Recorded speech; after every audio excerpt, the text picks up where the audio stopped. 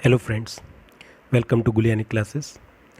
आज हम financial market operation के टॉपिक इंडियन मनी मार्केट का पार्ट 3 पढ़ने जा रहे हैं। उम्मीद करता हूं दोस्तों आपने इस टॉपिक के पहले 2 वीडियो लेक्चर जरूर देख लिए होंगे। अगर आपने नहीं देखे हैं तो उसके लिंक आपको डिस्क्रिप्शन बॉक्स में मिल जाएंगे, जहां से क्लिक करके आप इन पीछे के वीडियो लेक्चर्स जरूर देख सकते हैं। दोस्तों, अगर आपने इस चैनल को सब्सक्राइब नहीं किया तो जरूर करिए, ताकि आपको हमारे आने वाली हर वीडियो का नोटिफिकेशन सबसे पहले मिल सके। उम्मीद करता हूँ आप जो पीछे टॉपिक जो डिस्कस किए थे वो आपको क्लियर हो गए होंगे।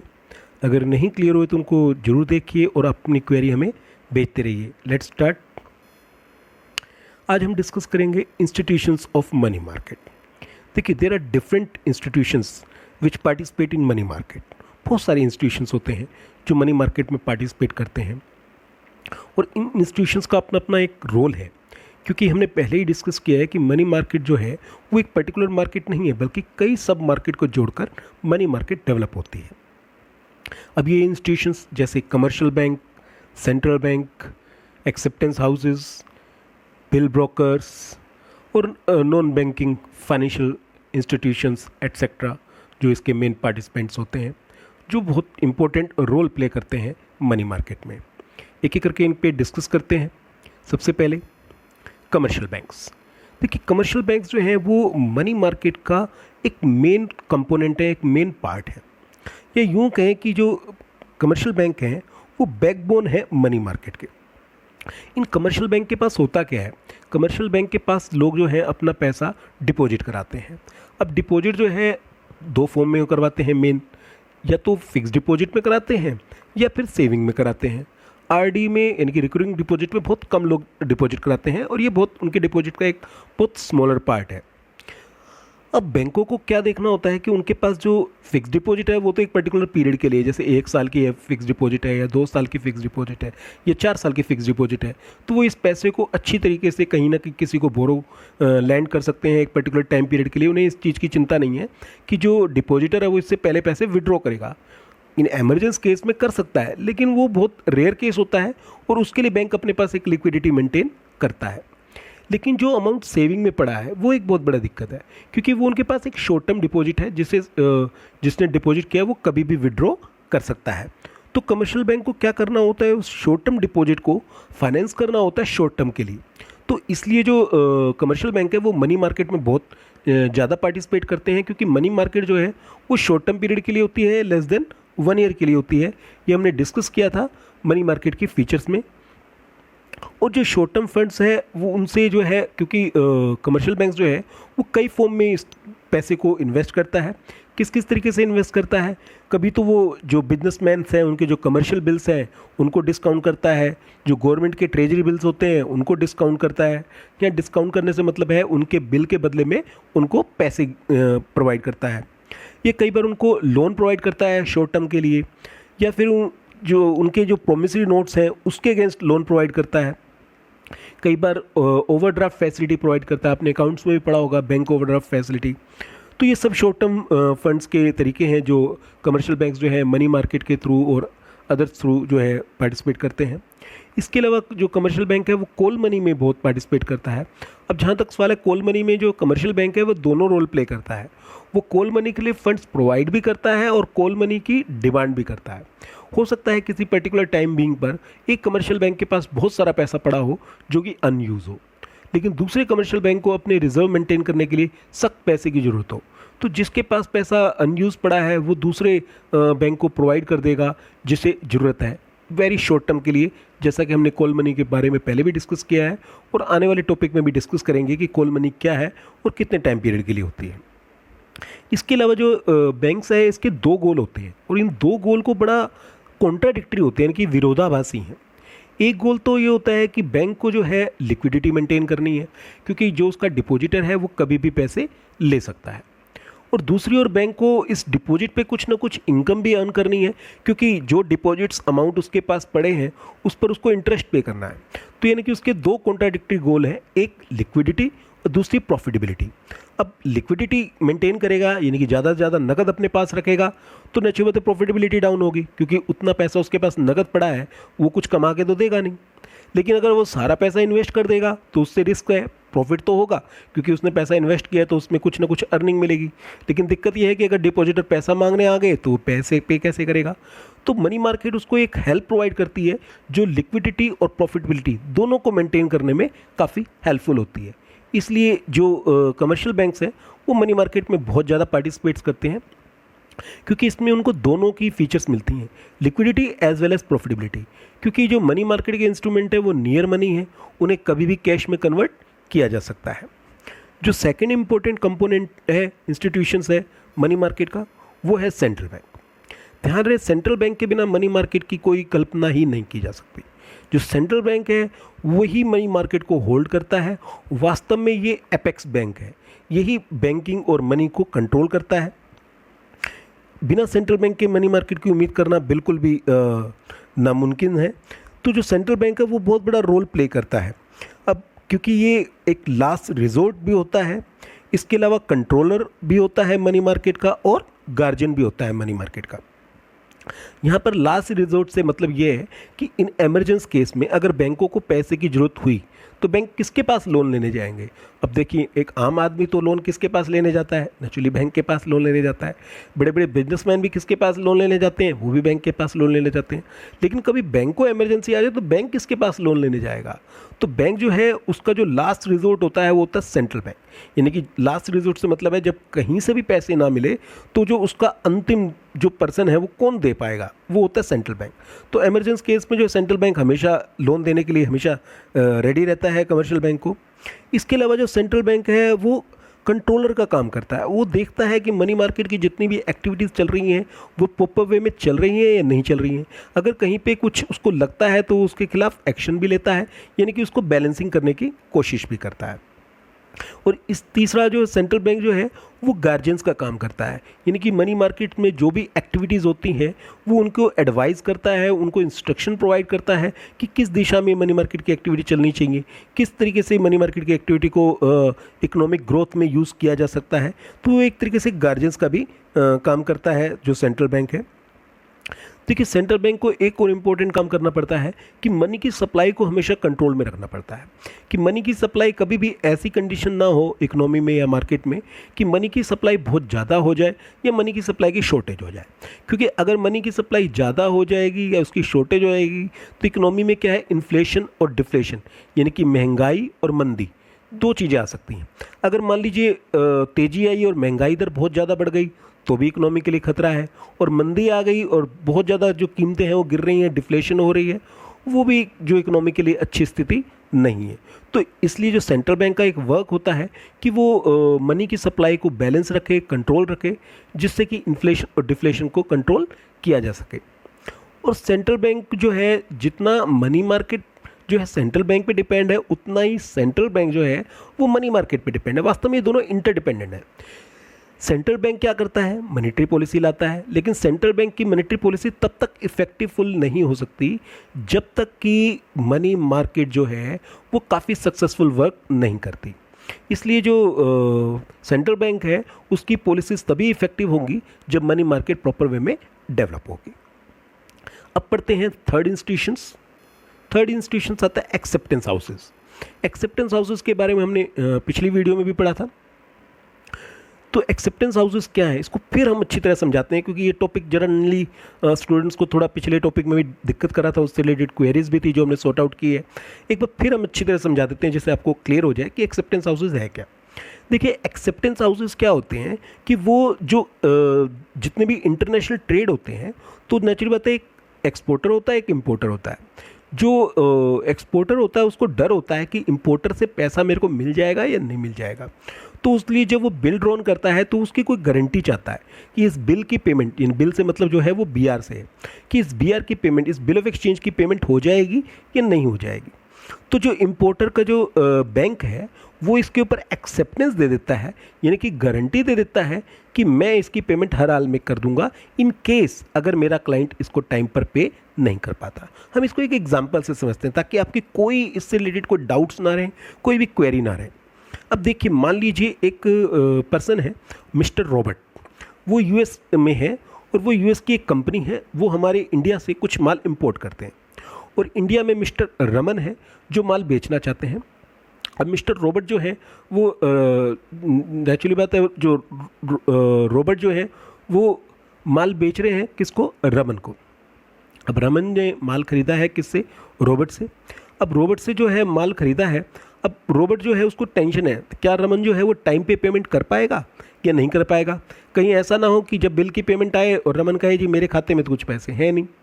अब इस केस में क्या है कि रॉबर्ट जो है वो ये चाहता है कि इस बिल की एक्सेप्टेंस हो। तो रमन क्या करेगा, रमन अपने कमर्शियल बैंक के पास जाएगा जहाँ उसका खाता है, उसका कमर्शियल बैंक क्या है, इसकी एक्सेप्टेंस दे देगा।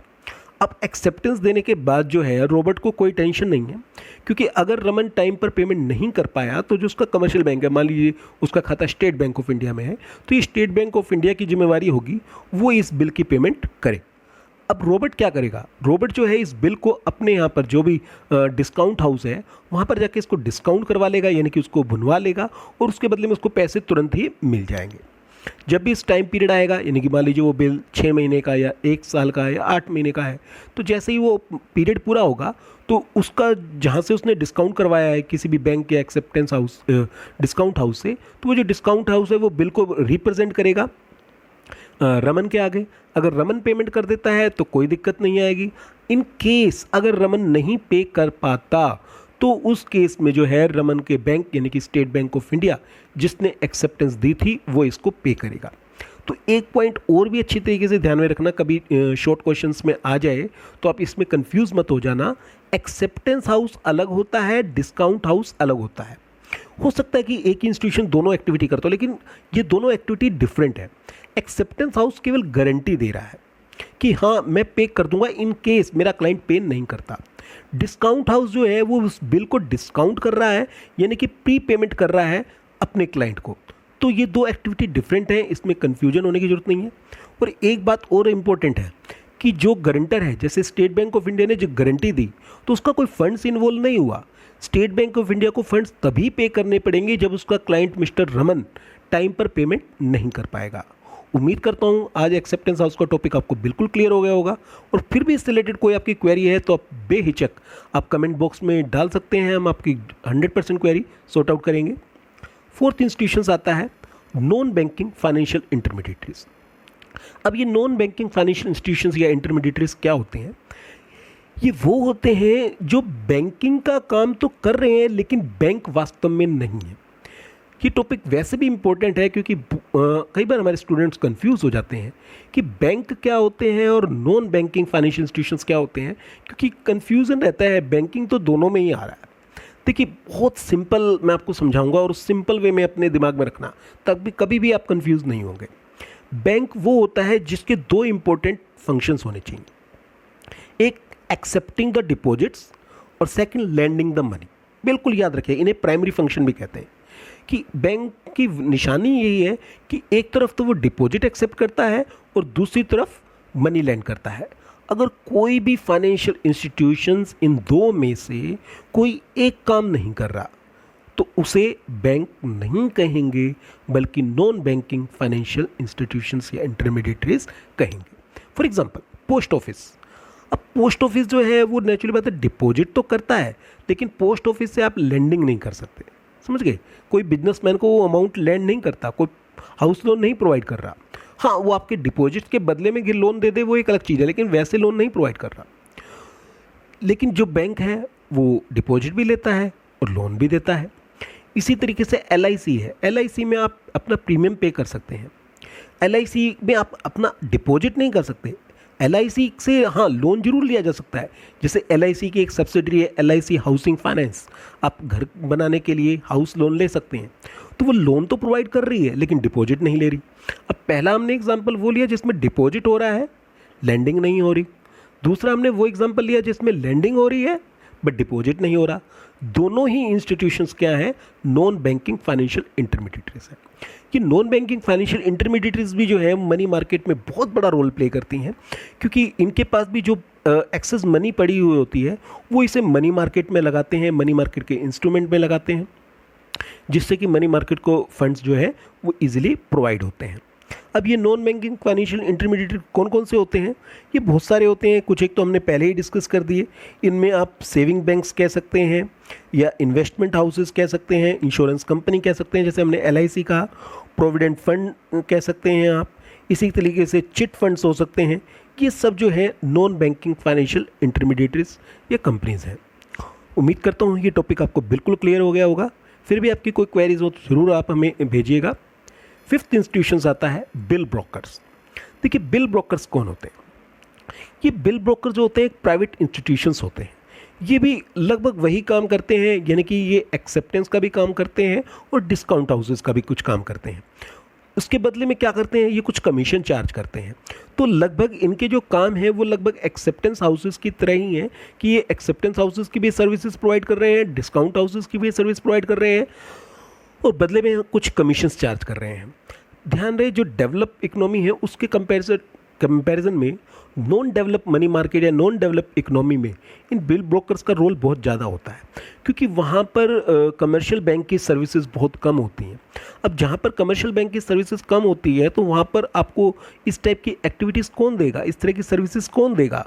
तो वहाँ पर बड़े बड़े जो आप कह सकते हैं कि एक बिजनेस हाउसेज होते हैं, जैसे हमारे देश में टाटा ग्रुप है, अंबानी ग्रुप है, बिरला ग्रुप है, ऐसे अलग अलग कंट्री में अलग अलग बिजनेस इंस्टीट्यूशन होते हैं, जो बिजनेस हाउसेज होते हैं। वो बिजनेस हाउसेज बड़े बड़े एंटरप्राइजेज इस्टेब्लिश करते हैं, वो इस तरीके के बिल ब्रोकर्स जैसी फैसिलिटी प्रोवाइड करते हैं। तो ये 5 मेन इंस्टीट्यूशंस होते हैं: commercial banks, central bank, acceptance houses, non banking financial intermediaries and bill brokers. चलते हैं नेक्स्ट टॉपिक पर। अब हम डिस्कस करेंगे मनी मार्केट इंस्ट्रूमेंट्स पे। मनी मार्केट इंस्ट्रूमेंट्स कई होते हैं, बहुत तरीके के होते हैं। कमर्शियल बिल हो गए, ट्रेजरी बिल हो गए, कॉल मनी हो गई, सर्टिफिकेट ऑफ डिपॉजिट हो गए, एटसेट्रा, बहुत सारे होते हैं। आज हम जो डिस्कस करेंगे वो केवल 3 ही डिस्कस करेंगे, बाकी जो है हम अपनी नेक्स्ट वीडियो में डिस्कस करेंगे। तो मनी मार्केट इंस्ट्रूमेंट्स क्या होते हैं इसके बारे में अच्छी तरीके से समझेंगे। स्टूडेंट्स, एक बात जरूर ध्यान देने वाली बात है, वो ये है कि जो हमारे टॉपिक्स हैं ना वो आपस में इंटररिलेटेड है। जो आपने वीडियो 1 में पढ़ा, जो आपने वीडियो 2 में पढ़ा और जो वीडियो 3 में पढ़ने जा रहे हैं, काफ़ी टॉपिक देखेंगे या तो वो रिपीटेड है, एक जैसे हैं। तो इसलिए जब आप एक जगह टॉपिक को अच्छी तरीके से समझ लेते हैं तो उसका बेनिफिट जो है आपको बार बार मिलता है, यानी कि आपको वही टॉपिक बार बार याद नहीं करना पड़ता और वैसे भी आपको याद तो करना ही नहीं है, रट्टे तो लगाने ही नहीं है। आपको टॉपिक समझना है, उसकी कॉन्सेप्ट को क्लियर करना है। जब आपकी कॉन्सेप्ट क्लियर होगी, आप उस टॉपिक पर किसी भी तरीके से क्वेश्चन आ जाए, आप आसानी से उसको अटेम्प्ट कर लेंगे। स्टार्ट करते हैं। सबसे पहले आता है कमर्शियल बिल। देखिए, कमर्शियल बिल क्या होता है? हाँ, कमर्शियल बिल को अब मैं आपको नॉर्मल लैंग्वेज में कहूँ, आपने 11th क्लास में पढ़ा था bill of exchange in accountancy, यानी कि BR, bills receivable and bills payable, लगभग वैसा ही है। बस जब कंपनी बड़े लेवल पे इसको इशू करती है तो वो कमर्शियल बिल कहलाती है। अब कमर्शियल बिल क्या होता है? जिसमें एक सेलर होता है, एक बायर होता है। जो सेलर है वो बायर को एक माल बेचता है और बदले में क्या करता है, एक बिल ड्रॉ करता है। अब जो बायर है उस बिल को एक्सेप्ट करता है, उसको साइन कर देता है। जैसे ही वो बिल साइन हो जाता है वो एक लीगल डॉक्यूमेंट बन जाता है। अब वो लीगल डॉक्यूमेंट बन जाने के बाद क्या है, उसकी एक रिस्पॉन्सिबिलिटी हो जाती है कि एक पर्टिकुलर टाइमिंग पे उसकी पेमेंट करनी है। जैसे इसकी नॉर्मल आती है कि एक ये अनकंडीशनल रिटर्न डॉक्यूमेंट है जिसमें क्लियर कट लिखा होता है कि to pay a certain amount to me और to particular this person which is written in this document और the bearer of this instrument on a particular date और particular future date और on demand, यानी कि कभी भी मांगने पर। तो यानी कि इसमें लिखा होता है कि ये लिखित तौर पे है कि आपने ये एक पर्टिकुलर अमाउंट, जो इसमें अमाउंट जो है वो तय होता है। ऐसा नहीं होता कि लिखा हो कि आप मुझे कुछ पैसा दे दीजिएगा, give me some amount. No, amount is certain, 10 lakh, 5 lakh, 10 crore, 20 crore, whatever भी। तो अमाउंट जो है तो है वो सर्टेन होता है कि आपने पे करना है। किसको पे करना है? नेचुरली बात है, बिल मैं ड्रॉ कर रहा हूँ, या तो मुझे पे करना है, या फिर मैं जिस पार्टी का नाम दे रहा हूँ आपने उसको पे करना है, या फिर जिसके पास भी एक पेपर होगा, कमर्शियल बिल होगा, आपने उसको बेरर को पे करना है। और कब पे करना है? ये 2 टाइप के हो सकते हैं। एक तो पर्टिकुलर डेट, जिसमें डेट मेंशन है कि 3 महीने बाद, 4 महीने बाद, 2 महीने बाद, या फिर ऑन डिमांड, यानी कि कभी भी मांगने पर आपने इसको पे करना है। तो ये एक लीगल डॉक्यूमेंट है। फ़ायदा क्या होता है? सेलर्स को क्योंकि बायर्स के पास मान लीजिए पैसा नहीं है एट प्रेजेंट, लेकिन वो माल खरीदना चाहता है, क्योंकि बिजनेस एक्टिविटी में बहुत ज़्यादा होता है कि बिजनेसमैन को बिजनेस चलाने में बहुत ज़्यादा फंड्स की दिक्कत आती है, तो उसको पैसे की ज़रूरत है, वो पैसा चाहिए, लेकिन वो उसके पास पैसा इतना है नहीं, लेकिन उसको मटेरियल खरीदना है तो वो मटेरियल उधार पे खरीद लेता है। लेकिन सेलर के लिए भी दिक्कत है, क्योंकि सेलर के पास भी पैसे की दिक्कत है। अब सेलर क्या करेगा, क्योंकि उसने बिल ड्रॉ कर दिया किसके ऊपर, बायर पे, अब वो एक लीगल डॉक्यूमेंट बन गया। अब सेलर क्या करेगा, मान लीजिए ये बिल 3 महीने का है, अब वो 3 महीने तक वेट नहीं करेगा, वो अपने बैंक के पास जाएगा और बैंक से इसको डिस्काउंट करा लेगा। बैंक जो है सेलर को पैसे पे कर देगा और नेचुरली उसके बदले में कुछ कमीशन, इनकी बिल डिस्काउंटिंग चार्जेस काटेगा। 3 महीने बाद जो है बैंक जो है उस बायर के पास जाएगा और अपनी पेमेंट ले लेगा। फ़ायदा किसको हुआ, तीनों को फ़ायदा हुआ।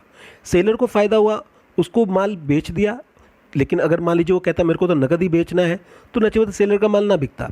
अब उसको पैसे भी मिल गए सेलर को टाइम पर ही। बायर को फ़ायदा ये हो गया, उसको उधार माल मिल गया और पेमेंट करने के लिए 3 महीने का टाइम मिल गया। बैंक को क्या फ़ायदा हुआ कि बैंक के पास जो फंड्स पड़े हुए थे वो प्रॉपर वे में यूटिलाइज हो गए और उसके बदले में उसको इनकम मिली इन डिस्काउंट चार्जेस के रूप में। तो ये बहुत बड़ा एक यूज़फुल सोर्स होता है इकोनॉमी के लिए।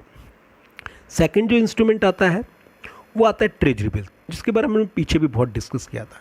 देखिए ट्रेजरी बिल्स क्या होते हैं, कमर्शियल बिल्स और ट्रेजरी बिल्स में बिल्कुल भी कंफ्यूज मत हो जाइएगा स्टूडेंट्स।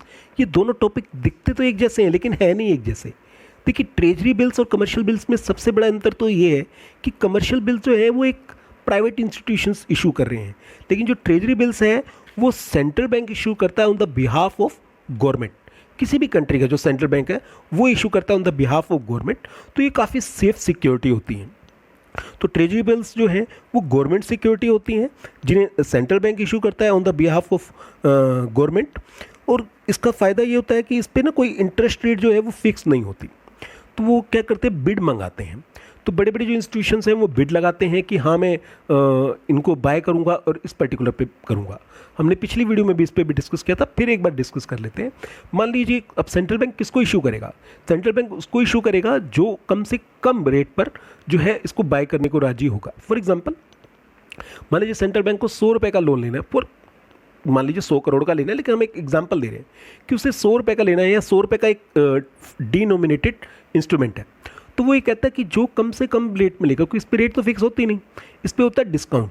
तो एक पर्सन कहता है हाँ मैं ये 100 रुपये का लोन देने को राजी हूँ और कितनी डिस्काउंट पर, मैं इसको 95 रुपये में देने को राजी हूँ, यानी कि मैं पे तो करूँगा 95 रुपये और टाइम पीरियड जब पूरा होगा तो मुझे पेमेंट कर देना 100 रुपये। तो कमाई कितनी हुई, इसको इंटरेस्ट कितना मिला, 5 रुपये।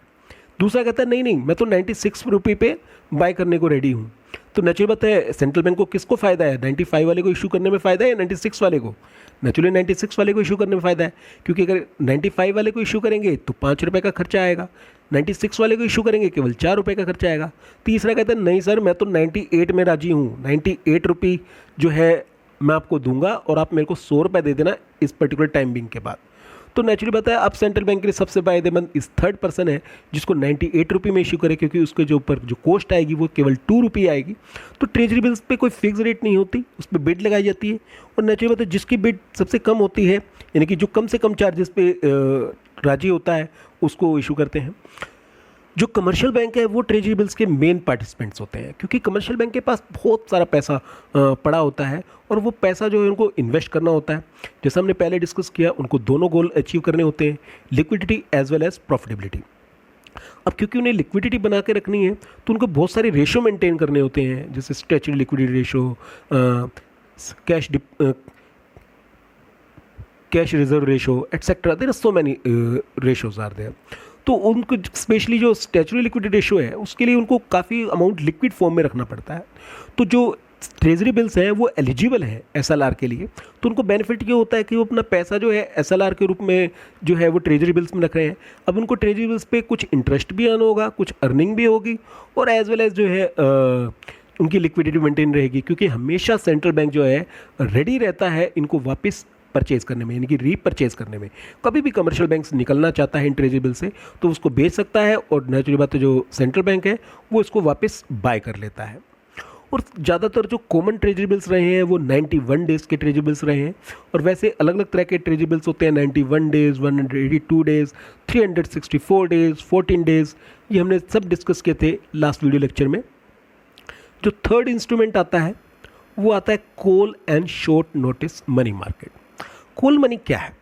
कॉल मनी जो है वो शॉर्ट पीरियड के लिए होती है। इसका जो पीरियड होता है वो काफ़ी शॉर्ट होता है, क्योंकि बहुत जल्दी वेरी शॉर्ट नोटिस पे इसको मांगा जाता है और वेरी शॉर्ट नोटिस पे इसको पे किया जाता है।